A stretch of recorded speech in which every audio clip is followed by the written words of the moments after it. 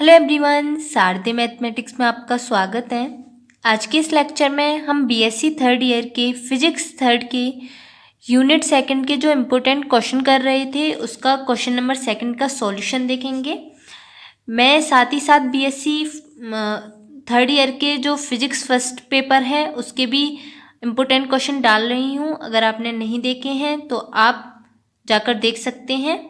और अगर अभी तक आपने मेरे चैनल को सब्सक्राइब नहीं किया है तो प्लीज़ मेरे चैनल को सब्सक्राइब करें, मेरा सपोर्ट करें, जिससे मैं आगे भी आपके लिए ऐसी वीडियो लाती रहूं। तो बिना टाइम वेस्ट किए अपनी वीडियो को स्टार्ट करते हैं।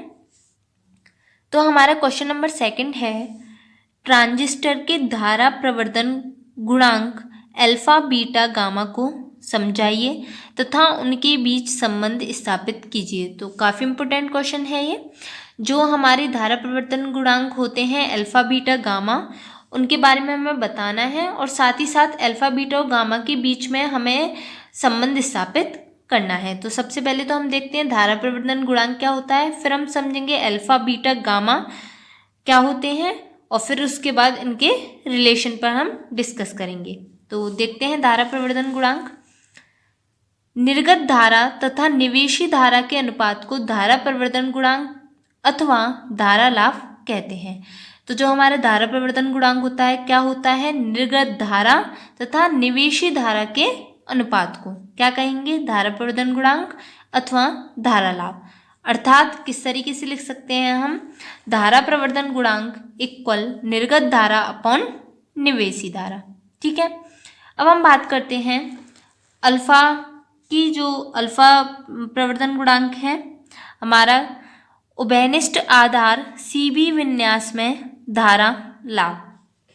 तो हम बताएंगे जो सीबी विन्यास में धारा लाभ क्या होता है। तो यहाँ पर क्या है, उभयनिष्ठ आधार है। जब उभयनिष्ठ आधार होगा तो इसको हम क्या बोलेंगे, सीबी विन्यास। इसमें धारा लाभ क्या होगा, सीबी विन्यास में संग्राहक धारा तथा उत्सर्जक धारा क्रमशः निर्गत धारा तथा निवेशी धारा होती है। तो जो हमारा सीबी विन्यास होता है, सीबी विन्यास क्या है हमारा, उभयनिष्ठ आधार। तो जब हमारा आधार आ जाएगा तो यहाँ पर क्या नहीं आएगा, हमारा आधार नहीं आएगा इस जगह, यहाँ पर हमारा संग्राहक धारा होगी और एक उत्सर्जक धारा होगी। तो जो संग्राहक धारा होती है उसको हम क्या कहेंगे, निर्गत धारा, वो हमारी निर्गत धारा का कार्य करेगी। और जो उत्सर्जक धारा होती है वो हमारी किसका कार्य करती है, निवेशी धारा का। ठीक है, और आपको ये भी पता है कि जो संग्राहक धारा यहाँ पर सी, यहाँ पर बेस में उत्सर्जक होता है, वो आधार होता है, और ये हमारा ई क्या होता है, उत्सर्जक होता है, और सी क्या होता है, संग्राहक होता है। तो नियत संग्राहक आधार वोल्टेज बी पर संग्राहक धारा IC। तो संग्राहक धारा अभी बताया मैंने, संग्राहक क्या होता है C, संग्राहक धारा हमारी हो जाएगी IC तथा उत्सर्जक धारा IE के अनुपात को स्थितिक धारा लाभ या स्थितिक धारा प्रवर्धन गुणांक कहते हैं। इसे किससे प्रदर्शित करते हैं, अल्फा से। तो आपको ध्यान रखना है कि जो उभयनिष्ठ आधार होता है उसमें हमारा संग्राहक धारा तो निर्गत धारा होती है, निर्गत धारा कौन सी होती है, संग्राहक धारा, और निवेशी धारा हमारा कौन सी होती है, उत्सर्जक धारा। तो आप इस फॉर्मूले को याद रखिए, alpha equal IC upon IE, जहाँ पर VCB क्या है, नियतांक है। तो ये जो अल्फा बीटा और गामा के फॉर्मूले हैं इनको याद रखिए, alpha equal IC upon IE।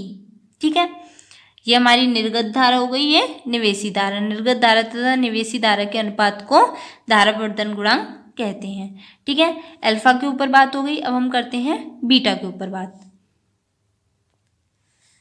Next हमारा सेकंड है, क्या है, उभयनिष्ठ उत्सर्जक CE विन्यास में धारा लाभ। CE विन्यास में संग्राहक धारा तथा आधार धारा क्रमशः निर्गत धारा तथा निवेशी धारा होती हैं। जो CE विन्यास होता है उसमें हमारी निर्गत धारा कौन सी होती है, संग्राहक धारा, और जो हमारी निवेशी धारा होती है वो क्या होती है, हमारी आधार धारा। ठीक है, नियत संग्राहक उत्सर्जक वोल्टेज VCE पर संग्राहक धारा IC तथा आधार धारा IB के अनुपात को स्थितिक धारा प्रवर्तन गुणांक या स्थितिक धारा लाभ कहते हैं। तो आधार धारा, आधार को हम किससे करते हैं, बी से, तो आधार धारा हमारी आई बी हो गई और श्रृंगांक धारा हमारी आई सी हो गई। तो बीटा इक्वल कितना हो गया हमारा, आई सी अपॉन आई बी। ये फॉर्मूला आप अच्छे से लर्न कर लें। अल्फा कितना है आपका, अल्फा इक्वल है आपका आई सी अपॉन आई ई, और ये कितना है, आई सी अपॉन आई बी। अब हम बात करते हैं गामा के ऊपर। तो उभयनिष्ठ श्रृंगांक सी सी विन्यास में धारा लाभ, और इस वाले में जो हमारी वोल्टेज थी वी सी ई क्या है, हमारा नियतांक है। इसे देखिए, सीसी विन्यास में उत्सर्जक धारा तथा आधार धारा क्रमशः निर्गत धारा तथा निवेशी धारा होती है। तो जो निर्गत धारा होती है वो कौन सी होती है, उत्सर्जक धारा, और जो निवेशी धारा होती है वो हमारी कौन सी होती है, आधार धारा। नियत उत्सर्जक संगाक वोल्टेज VEC पर उत्सर्जक धारा IE तथा आधार धारा IB के अनुपात को स्थैतिक धारा प्रवर्तन गुणांक या स्थैतिक धारा लाभ कहते हैं तथा इसे गामा से प्रदर्शित करते हैं। और हमारा जो गामा है वो क्या है, gamma equal IE upon IB, ठीक है, जबकि VEC इक्वल नियतांक होता है।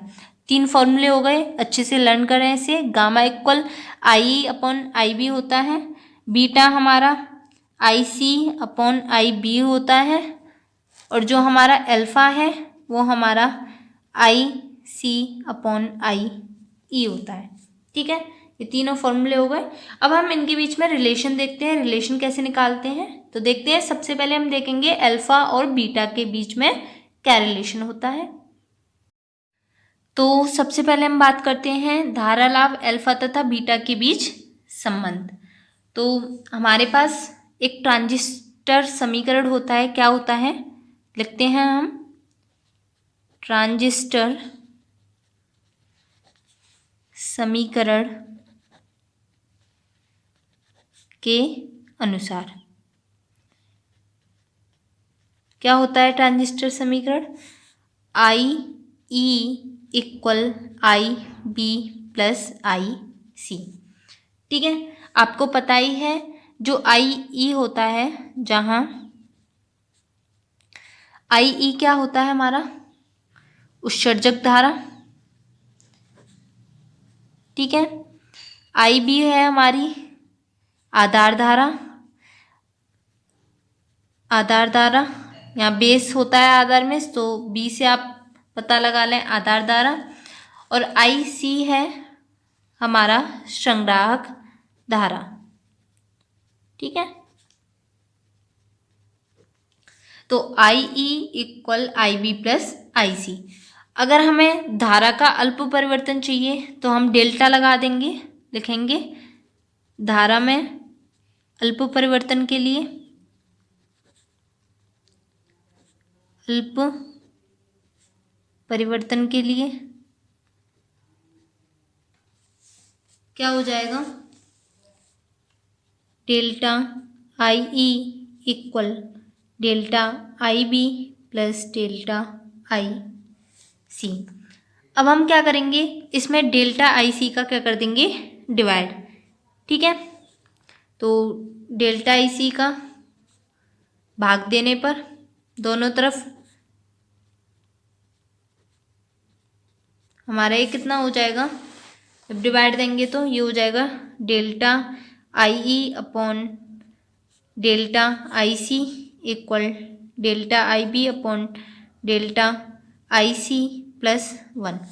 आपको पता है ये किसकी वैल्यू हो गई, देखिए हमें पता है कि जो delta IC upon delta IE है वो क्या होता है, अल्फ़ा। तो जो delta IE upon delta IC की वैल्यू कितनी हो जाएगी, 1 अपॉन अल्फ़ा। तो इसकी वैल्यू कितनी हो जाएगी, 1 अपॉन अल्फ़ा। सेम इसी तरह यहाँ पर हम देखेंगे, लिख लेते हैं, बट हमें पता है लेकिन ये वाला जो फॉर्मूला है, और हमें ये भी पता है कि जो डेल्टा IC है अपॉन डेल्टा IB ये किसका होता है, फॉर्मूला बीटा का, और यहाँ पर हमें क्या चाहिए, delta IB upon delta IC, ये किसका हो गया हमारा, delta IB upon delta IC equal 1 upon beta का। ये वाली दोनों जो वैल्यू हैं ये यहाँ पर हम पुट करते हैं, तो ये हो जाएगा हमारा, ये वैल्यू पुट करेंगे तो ये हो जाएगा 1/अल्फ़ा इक्वल 1/बीटा प्लस 1। ठीक है, अब यहाँ से अल्फ़ा की वैल्यू निकालेंगे तो ये निकल कर आएगी 1/अल्फ़ा इक्वल 1 प्लस एलसीएम ले लेंगे beta upon beta. Alpha equal हो जाएगा हमारा बीटा अपॉन 1 प्लस बीटा। ठीक है, ये क्या हो गया हमारा, अल्फ़ा निकल कर आ गया। और अगर हम बीटा इक्वल लिखना चाहें इसे तो कैसे लिखेंगे, बीटा इक्वल लिखना चाहें तो इस माइनस को आप यहाँ पर ले आइए, 1/बीटा इक्वल कितना हो जाएगा 1 माइनस 1/अल्फ़ा। ये इसको हम यहाँ ले जा रहे हैं ना, तो 1/अल्फ़ा माइनस 1। अब ये हो जाएगा 1/बीटा equal alpha LCM 1 minus alpha upon alpha.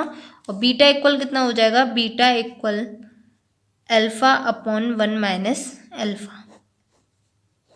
ठीक है, तो ये हमारा किस में रिलेशन आ गया, बीटा और अल्फ़ा में। Alpha equal beta upon 1 plus beta, या फिर अगर आपको बीटा इक्वल लिखना है तो beta equal alpha upon 1 minus alpha. ठीक है, तो ये अल्फ़ा और बीटा के बीच रिलेशन है।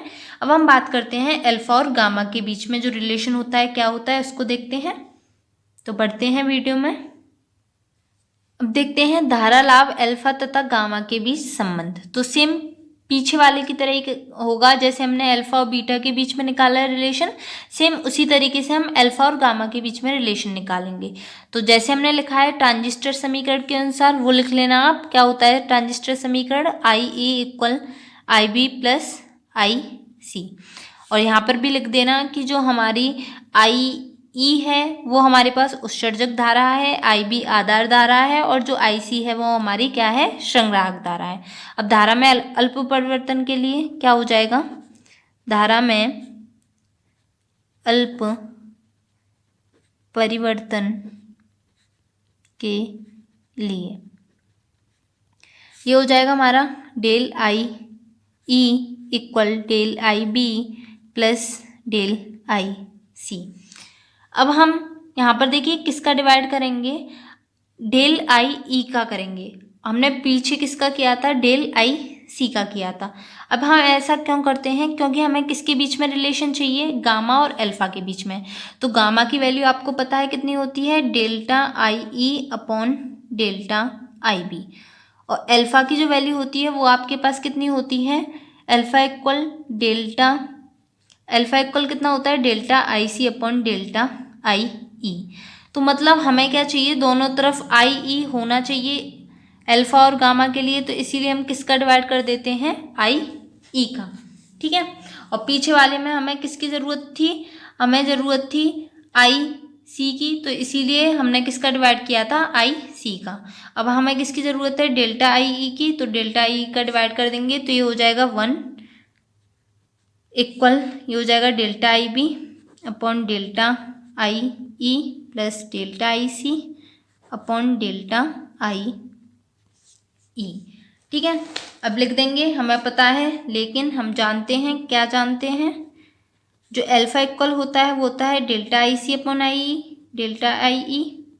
और जो गामा होता है वो कितना होता है, delta I E upon delta I B. और हमें किसकी चाहिए, delta I B upon delta I E. तो 1 गामा कितना हो जाएगा, delta I B upon delta I ई।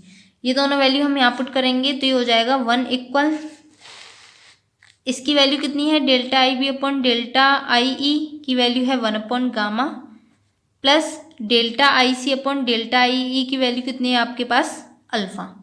अब सेम उसी तरीके से निकाल लेंगे, अल्फ़ा की निकालेंगे तो कितनी हो जाएगी, अल्फ़ा की जब वैल्यू निकालेंगे हम तो ये हो जाएगा 1 माइनस अल्फ़ा इक्वल 1 गामा।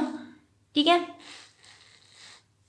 और फिर यहाँ से हो जाएगा, पहले मैं गामा की निकाल रही हूँ, और ये हो जाएगा गामा इक्वल 1/1 माइनस अल्फ़ा। ठीक है, गामा इक्वल कितना हो जाएगा, 1/1 माइनस अल्फ़ा। और अल्फ़ा इक्वल निकालेंगे तो कितना हो जाएगा, अल्फ़ा इक्वल, यहाँ इसको हम इस साइड ले जाएंगे, 1 माइनस 1 गामा, गामा एलसीएम हो जाएगा, तो alpha equal gamma minus 1 gamma. ठीक है, ये हमारी किसकी वैल्यू निकल आई, अल्फ़ा की। अगर गामा इक्वल आए तो गामा इक्वल 1/1 माइनस अल्फ़ा, और अगर अल्फ़ा इक्वल हो तो alpha equal gamma minus 1 gamma. ठीक है। अब हमारा किन दोनों के बीच में रिलेशन निकल कर आ गया है, गामा और अल्फा के बीच में। अब हम बात करते हैं बीटा और गामा के रिलेशन के बारे में। तो सेम जैसे हमने इस तरीके से निकाला है, आगे भी हम इसी तरीके से निकाल देंगे। तो देखते हैं अब ये कैसे निकलेगा, बीटा और गामा के बीच में रिलेशन। सेम वही लिखेंगे, ट्रांजिस्टर समीकरण के अनुसार क्या होता है, I E equal I B upon I B plus I C. अब हम इसमें किसका डिवाइड, अब पहले तो धारा में अल्प परिवर्तन के लिए लिख लेंगे, डेल्टा लगाएंगे, delta I E equal delta I B लिख लेना आप। धारा में अल्प परिवर्तन के लिए delta I E equal delta I B plus delta I C. अब हम इसमें किसका डिवाइड करेंगे, हमें पता है किसके बीच में रिलेशन निकालना है, आप साइड में करके देख लिया करिए किसका डिवाइड करना है, किसके बीच में रिलेशन निकालना है, बीटा और गामा के बीच में। तो बीटा इक्वल हमारे पास क्या होता है, बीटा और किसके बीच में रिलेशन निकालना है, गामा के बीच में। तो बीटा इक्वल हमारे पास होता है del I C upon I B, del I B, और जो गामा इक्वल होता है वो होता है delta I E upon delta I B. तो यहाँ पर देख सकते हो आप आई बी की ज़रूरत है, तो डेल्टा आई बी से डिवाइड करेंगे तो ये हो जाएगा delta I E upon delta I B equal 1 plus delta I C upon delta I B. ये वाली वैल्यू हमारे पास किसकी है, delta I upon delta I B, ये वैल्यू किसकी है, बीटा की। तो ये हो जाएगा बीटा इक्वल 1 प्लस ये वाली वैल्यू किसकी है, delta I C upon delta I B. ये वाली वैल्यू है आपकी, सॉरी ये वाली जो वैल्यू है आपकी ये गामा की है, delta I E upon delta I B. ये वाली वैल्यू गामा की है, ये गामा है, और ये वाली वैल्यू है बीटा की। तो गामा इक्वल 1 प्लस बीटा, और बीटा इक्वल निकालेंगे तो बीटा इक्वल हो जाएगा गामा माइनस 1।